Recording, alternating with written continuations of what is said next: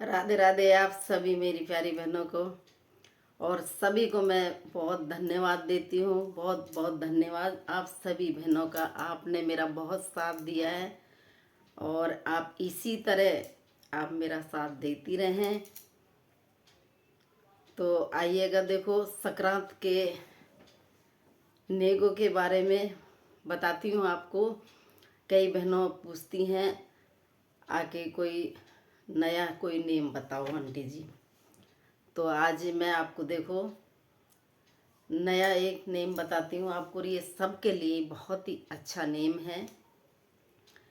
ये नेम है गौग्रास का। तो गौग्रास का नेम कैसे लिया जाता है तो ये मैं आपको बताती हूँ कि आप इस संक्रांति से गाय का नेम लो, 2 रोटी बनाओ, उसमें एक गुड़ की कांकरी रखो और आप उस गाय को रोज न खिलाओ। इस संक्रांति से नेम ले, अगली संक्रांत थोड़ी आप खिलाओ और अगली संक्रांत को इसका उद्यापन करो। उद्यापन में आपको क्या करना है, गाय माता के लिए एक ओढ़नी उड़ानी है और उसका पूरा श्रृंगार रखना है। उसके तिलक काट के उसको ओढ़नी उड़ावे और श्रृंगार है गाय माता को माला फेरा देवे, हो सके जहाँ थोड़ी माला पहरावे और उसमें दक्षिणा रखें और आप चारा गाय को जरूर देवें। दक्षिणा जरूर रखें आप। और गाय का धनी कोई पास में हो तो आप उसको दे सकते हो और उस वो न हो तो आप मंदिर में भी पंडित जी को आप दे सकती हो। गाय माता देखो आपको दर्शन भी देगी और गाय माता का दर्शन कर लेते हैं उनको सारे सभी भगवान का दर्शन हो जाते हैं। इस भावना से आप गाय माता को रोटी दो, दर्शन करो, गाय माता आपको आशीर्वाद देगी। एक पहला नेम तो ये हो गया। दूसरा नेम है कि आप तुलसा माता में दीपदान का नेम लो।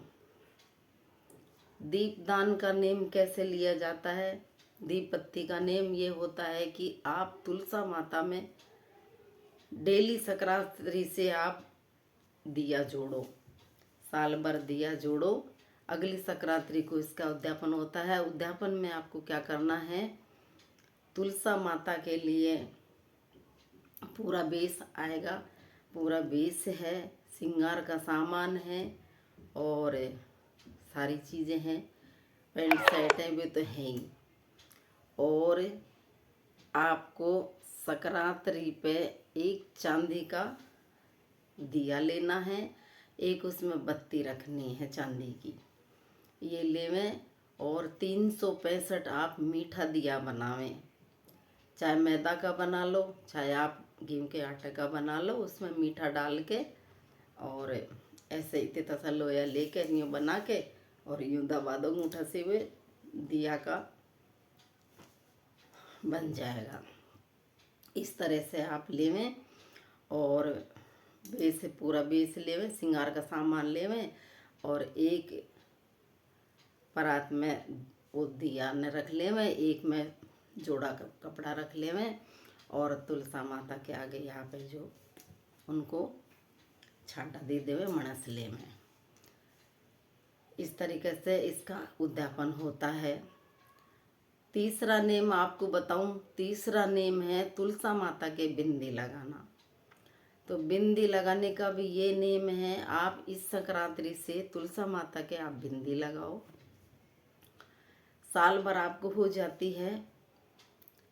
तो अगली संक्रांति को आप चांदी की एक बिंदी आती है, चांदी की बिंदी लेके आओ और तुलसा माता को साड़ी उड़ा दो और चूड़ा पहना दो, बिंदी लगा दो और मीठा जिमा दो। और ये सारी सामान आप काजल टीकी मेहंदी सारी चीज़ अपने श्रृंगार की तो सब चीज़ में रखते ही हैं। पैंट शर्ट रख दो, उन पर दक्षिणा रख दो और कुछ मीठा रख दो। तो इसका बिंदी का इस तरीके से इसका उद्यापन होता है अगली संक्रांत तोड़ी। चौथा नेम आपको बताऊं, ये भी नेम सुहाग भाग का ही है।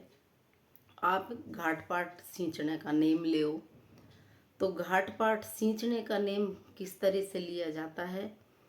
आप दरवाजा पे बाहर, दरवाजा से थोड़ी सी बाहर एक पत्थर रखें, गोबर रखें और उसके आप छांटा दे देवें और तिलक काट देवें और रोड़ी मोड़ी चावल चढ़ा देवें और 7 सुहागणन के आप बिंदी लगा देवें और आप बोले, मैं सींचूं घाट पाट पाऊँ राजपाट।